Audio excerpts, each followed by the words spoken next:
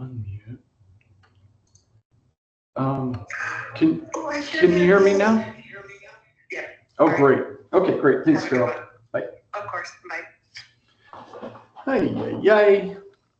Technical difficulties, but we figured it out. Good old log out and log back in. All right. Let's see. I don't think we quite have a quorum yet.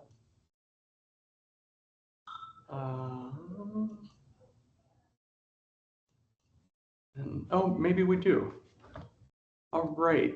Carol, are we ready on your end to kick things off? Yeah, I'm happy to take roll if you'd like. I do believe we have quorum. Great. Let's do it. All right, we'll start with Chair Solomon. Here. Commissioner Auxier will be joining us at 1:30. Commissioner Beach. Here, and I apologize, I'm having some difficulties with my camera today. Forgive me. No worries. Thank you. Vice Chair Bovet. Here. Commissioner Freeman. I am here. Yay. Commissioner McPherson. Here, and I apologize, I have to be off camera for this meeting. Thank you. Commissioner Norton. Here. Senator Przonski. And Representative Lewis. I'm here. So then we do have quorum, and there are no public comments for today's meeting. Okay, great. Well, I think we can jump right into the agenda, and I think we've got a shorter agenda today, so we won't need the full 2 hours. Hopefully we can get out of here in closer to an hour. The first item on the agenda is the MOUD grant award decisions, and I think Rachel is going to walk us through those. I am. Chair Solomon, can you see me? My camera is also not doing what I want it to do. Yeah, we can see you. Okay, perfect. I'm going to just trust you then. All right, let me load this presentation.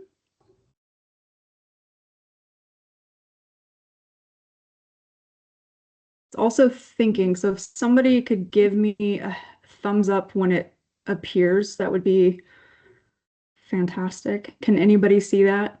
I see a black screen so far, but yeah, now I'm able to see it.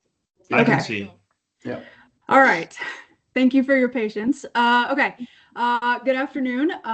For the record, I'm Rachel MacArthur. I'm staff here at CJC, and today I'm going to be presenting to y'all, asking y'all to review and approve funding recommendations that were made by the JMOOD GAC for the grant program.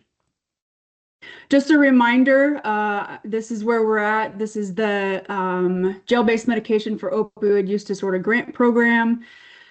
$10 million was available in funds for eligible applicants. The eligible applicants were city and counties that operate a local correctional facility, as well as any federally recognized tribes in Oregon that operate a correctional facility. I just want to note, just a reminder, for this particular grant program, there were no tribal correctional facilities that applied, and so the formula funding was just for city and counties.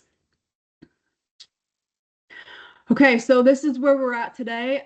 We released the application in September. It was due in October, and staff did review the applications for completeness, made sure that the application requirements were met, and then looked at any of the funding requests to see if there were any unallowables that needed to be addressed. We then presented to the GAC last month. They were able to look at and discuss the applications, looking also at to make sure whether or not application requirements were met by the applicants. They also spent some time, because this is a new grant program, and most of these facilities, while they do have existing programs, wanted to kind of build on it, did spend some time providing some very constructive feedback to applicants as they go through the grant cycle. And so that's going to be very valuable for applicants. And then they also, which is why we're here today, provided final funding recommendations to you all. And so again, today, asking that you consider those recommendations and then make the ultimate funding decisions for this grant program. Just a reminder, this was a formula process. We did develop a formula. I presented it back to you all, I think, in August of this year. We did reach out to subject matter experts to kind of get an idea of available data, and any other considerations that we may need to take into account in the building of this formula. It did have the following elements. There was a rural set aside for 16 facilities that met the requirement of 10% of funds going to rural facilities that was in the bill. We also looked at jurisdictional population, booking and intake rates, and then the daily jail population rate, as well as overdose rates. And so for the solicitation, out of the available applicants, we had 21 correctional facilities that applied for funding, and about 6.7 million total funds were requested. Like I said earlier, most of these facilities had established programs, and they asked for funds to expand or extend services to adults in custody, as well as when they are released, so that they have that support as well. So it's a continuous support process. And then the evaluation, both by staff and the GAC, was anchored in the applicant's responsiveness to the question. And so this gets back to application requirements, as well as being able to provide feedback to the applicant as they navigate this grant cycle, because it is a new grant program. So this is broken up into 2 slides, but this will give you the formula allocation, the funds requested, and then the GAC recommendation for every applicant. They are pretty similar in terms of there's not a lot of difference between what they were allocated and what was recommended for funding.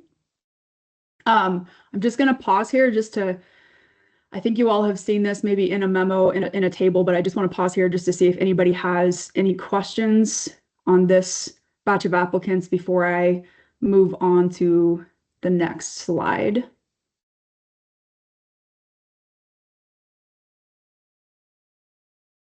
Okay.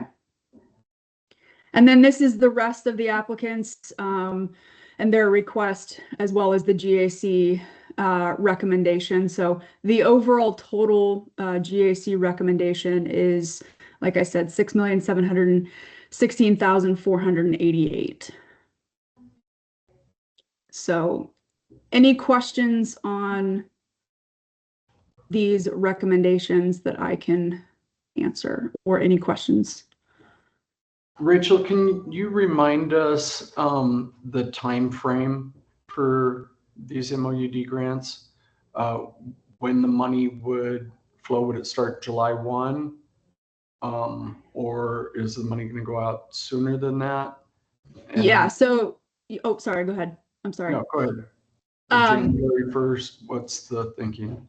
Yeah, so if all goes well with this decision today with these recommendations, our plan is to have grant agreements out by mid-December for signature, to applicants for signature. And so it really kind of just depends on their process at that point. We would like to and have a plan to get the first payment. There's 2 allocations of payments, and the first payment out to grantees mid to late January is the plan. So if we get an executed contract or grant agreement before then, that will be the time that they get their first allocation. And then as soon as it is executed, after that date, they'll get their first allocation. So as soon as possible. Great. And when do the grant funds need to be spent by? Yeah, so the project period goes from October 1st of this year, 2024, to September 30th of 2025. So it'll be about a year. Okay. So we're on the federal fiscal calendar. Yeah, yes, I guess so. All right. Where it lands. Yeah. Any other questions from commissioners?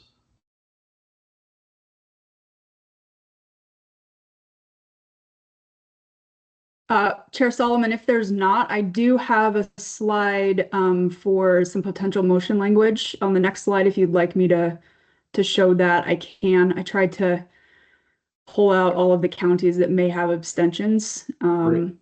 Okay. Let's do it. Hopefully I didn't miss any, but.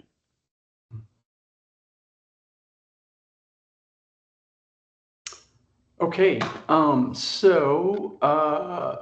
looks like we're looking for a motion to approve the Grant Advisory Committee recommended funding for jail-based MOUD grant program, except for, so for all of the counties except for Multnomah County Jail, Springfield City Jail, Lane County Jail, Douglas County Jail, and Yamhill County Jail. So let's take that motion first.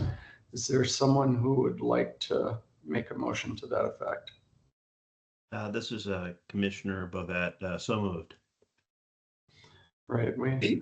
I'd be happy to second that. Yes, great. All right, so we have a motion made by Vice Chair Bovet, seconded by Commissioner Freeman. Do you want to take roll, Carol? Yep. Great. Chair Solomon, Yes. Commissioner Beach, Yes. Vice Chair Bovet, Yes. Commissioner Freeman, Yes. Commissioner McPherson, Yes. Commissioner Norton. Yes. So then it passes. Great. Right, next up, well, since Commissioner Auxier isn't here, I guess we could have folded Multnomah County in, but let's go ahead and do Multnomah County separately. Is there someone who'd like to make a motion to approve funding for the Multnomah County Jail? So moved. Is there a second? I'll second. Commissioner Beach? All right, motion made by Vice Chair Bovet, seconded by Commissioner Beach. Roll call, please. Chair Solomon, Yes. Commissioner Beach, Yes. Vice Chair Bovet, Yes. Commissioner Freeman, Yes. Commissioner McPherson, Obviously, we're the primary provider of public defense services in Multnomah County, although I don't believe that we benefit directly from this program. So I believe I am able to vote, but I'm looking at Chair Solomon if you disagree. Historically, we've had a practice of abstaining on voting from things related to funding in the counties that members Okay. are from. But you could easily,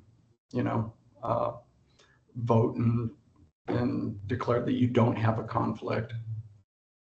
Given that we have a quorum enough votes, I will abstain. Thank you. Commissioner Norton. Yes. So then it passes. All right. Next up is the funding for Springfield City Jail and the Lane County Jail. Is there I'll someone just keep it rolling. Vice Chair Bovet, so moved. Great. Is there a second? Freeman, And I'm I'll happy to second. second it. Sorry, go ahead. That was a close tie. I heard Commissioner Freeman. I'm not even sure who the second one was. Was that you, Commissioner Beach?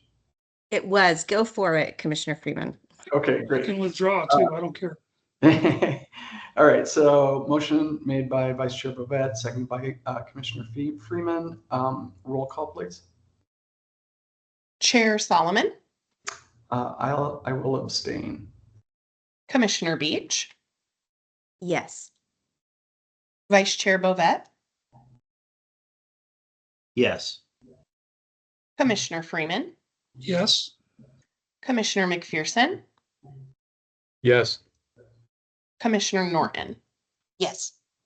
Then it passes. All right, moving right along. Next up is Douglas County Jail.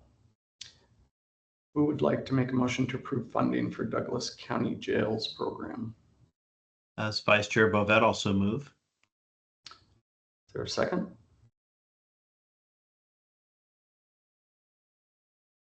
Commissioner Beach, I'll second. Great. All right, we have a motion on the table made by Vice Chair Bovet, seconded by Commissioner Beach. Roll call, please. Chair Solomon. Yes. Commissioner Beach. Yes. Vice Chair Bovet. Yes. Commissioner Freeman. I'd like to abstain, please. Commissioner McPherson. Yes. Commissioner Norton. Yes. And then it passes. All right, and last up is Yamhill County Jail. Looking for a motion to approve funding for the Yamhill County Jail.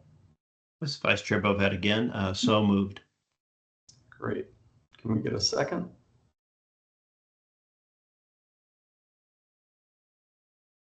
Commissioner Norton seconds. Great.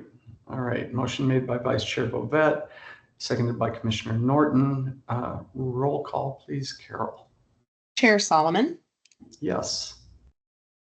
Commissioner Beach. I will abstain, please. Vice Chair Bovet. Yes. Commissioner Freeman. Yes. Commissioner McPherson. Yes. Commissioner Norton. Yes. And then it passes. Excellent. Anything else you want to share with us, Rachel, about the program? That's all I have, Chair Solomon. Thank you. Super. All right, we have a grant adjustment from Hood River County to their JRI funds. And I believe Ryan will walk us through that. Yes, good afternoon. Is my audio okay? It's pretty low. Sorry, I've been battling this for a week now. I will speak up and hopefully get no noise complaints here in Eugene in the hotel room that I'm at.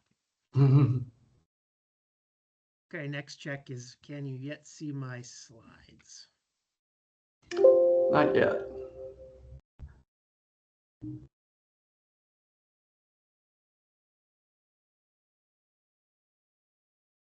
Oh, here comes something. Got it. Seeing everything or just the, Yep. We're on, yep, perfect, okay. cover slide right now. Good afternoon, Commissioners. Chair Solomon, Record Ryan Keck, Deputy Director of the Criminal Justice Commission, presenting to you today an adjustment request for the Hood River County as it relates to their Justice Reinvestment Grant. As a quick reminder, there's the threshold for which adjustment requests we bring before you all as a commission. That is those that exceed 10% of their total grant award, or when a new program is created or an existing program is significantly altered. In today's case, Hood River County has made a request that exceeds the 10% of their grant award. That request then is to move roughly $70,000 from their short-term, from their peer mentor program to their short-term housing program. The reasoning for this begins with the difficulty in hiring within the peer mentor program. There's been a position available and openly recruited for over a year, and they have been unable to fill that position. And so in looking to make use of those vacancy savings, they are asking to move that to their short-term housing program, where they can address both increased costs as a result of the space that's currently being utilized and the request of the owner, as well as increased capacity so they can serve more clients within their jurisdiction. The last thing I'll note is that there will be some money still left in their budget for the peer mentor program should they successfully hire a person into that position. And with that, I will turn it over to you all to approve this request as you see fit. Great. Commissioner Norton. Yeah. 2 questions. One, are they continuing to recruit for this position? And then if that's a yes, is how much funds are remaining? Like first, is it staffing for 12 months or what's remaining in that original line item? Yes. So the answer to the first question is yes, they will continue to recruit for the position. The position is through a contracted entity within the county, and so that will continue. They have left in their budget $15,000 for the contribution to that position through Mid-Columbia Living Center, or I'm mistaken probably in the name of that organization, but there's $15,000 left as a line item for a peer mentor should they be hired.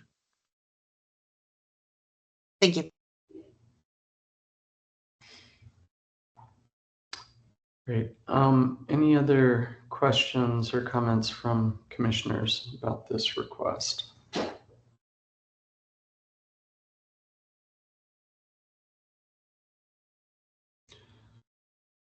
All right. I think then we can take up the approval of this grant adjustment.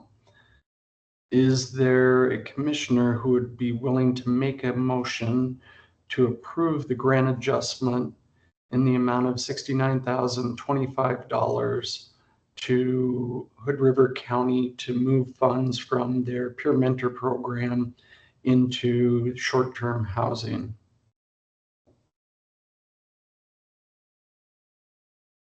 As Vice Chair Bovet, I'll make that motion. Great. Is there a second? Commissioner Norton seconds. Great. All right. We have a motion made by Vice Chair Bovet, seconded by Commissioner Norton. Carol, if you would take the roll call, please. Yes, Chair Solomon, Yes. Commissioner Beach, Yes. Vice Chair Bovet, Yes. Commissioner Freeman, Yes. Commissioner McPherson, Yes. Commissioner Norton, Yes. then it passes. Great. The final item on our agenda is a discussion around the sentencing guidelines and a proposal related to House Bill 4043. And we are blessed with Director Sanchagrin's presence to walk us through this. Good afternoon, commissioners. I do have a few slides to assist us with this sentencing guideline change request. And so I'm going to share my screen real quickly, and then we'll get into this one. So we were under the impression, and I'm sure you all were as well, that we were finished with our sentencing guideline changes for for this biennium. But I'd like to thank our friends at the Department of Justice and specifically their animal resource prosecutor for bringing one omission to my attention that we did not address. And so we've had a lot of talk about animal abuse. This one is a fairly technical change that we're going to be putting forward for you today. And please don't panic when you see a lot of words on this first slide. I'm going to first present the language in 4043 that we are going to be looking at today, but then I have things laid out in a nice chart that should hopefully explain what we really need to do. So what we're looking at today are modifications made to animal neglect in the first degree at the felony level. HB 4043 added an additional factor that will elevate misdemeanor animal neglect to felony animal neglect. And that is what is highlighted here on the screen in bold. These are the legislative changes that were made during the last legislative session. So in the past, under ORS 167-330, animal neglect in the first degree would become a C felony if there had been previous convictions for animal neglect, if the offense was part of a criminal episode with 10 or more animals, or if the person knowingly committed the offense in the immediate presence of a minor child. However, 4043 added another qualifying condition based on essentially whether the person knowingly committed the offense intentionally, knowingly, or recklessly as to the serious injury or death of the animal. That in and of itself does not really change what we need to do with the sentencing guidelines. What is really relevant to us today is where the legislature mandated that we rank this new factor and just how they rearranged the different letters in these four factors here. And so you'll see that under 167-330 sub 4, this next bullet down here, there's just a small change that is made at the very end of this slide. Essentially, we need to talk today about where charges of animal neglect are ranked at the felony level as far as whether they're 7s versus 6s. So what you can see is that in the legislation, the change that was mandated is that we are to rank a charge of animal neglect at the felony level at a crime category 7 if more than 40 animals were subject to abuse, or, and here's where the change was made, if the circumstances in 3A or 3D are present. And so what this really means, and maybe this will be the easier way to look at it, is currently under our OAR and under the old version of animal neglect, there were only 3 ways to get to a felony, and they would only be ranked a 7 if you had the A or the C present, or if 40 or more animals were involved in the incident. Very straightforward. This is the exact OAR language that we had previously. However, with the addition of the new factor, everything got rejiggered a little bit, and we have to make sure that our rules coincide with what the statute laid out. And so the difference that was created was now we have 4 factors, and we need to deal with our C's and D's, essentially. So here's what we're missing. First is with the creation of a new factor in sub C, that bumps our old C to sub D. And as required in HB 4043, today, no matter what, we need to rank this new sub D as a crime category 7. So we'll need to make a motion and a vote to basically adhere to the statutory requirements that were put forward. The issue that was really raised by our animal resource prosecutor at DOJ, however, is what to do with the new subcategory C, the knowing, intentional, or reckless conduct. And the recommendation that we received from DOJ and what we have heard from the bill's drafters as to the intent of this legislation was that for consistency, we should also rank the sub C, where 40 or more animals are involved, also as a crime category 7. And so if that's something that we want to do, we have proposed language here that very simply enacts what I just described. But I do want to make sure that we have time for discussion. But essentially, what we have here today is we have one mandated change and then one decision that you all would have to make as to whether you think that the knowing, intentional, or reckless neglect of 40 or more animals should be treated consistently with the other subcategories within HB 4043 when that action rises to the felony level. I hope this is clear. I know these sentencing guideline changes are oftentimes the most complicated, dry things that we do. So I will turn it over to you all now for discussion. I can only see Paul. I was thinking it would probably be beneficial to leave this language up on the display. So it's just hard for me to see anybody if their hands are raised, but I'll do my best to answer any questions that you all have. Great. Questions, thoughts, comments, commissioners?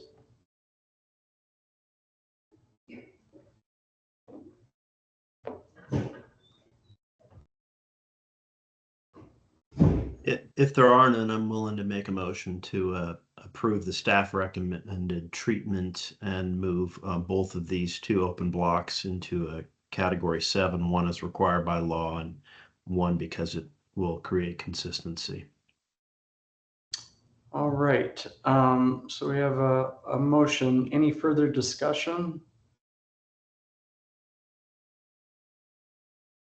Commissioner Norton seconds.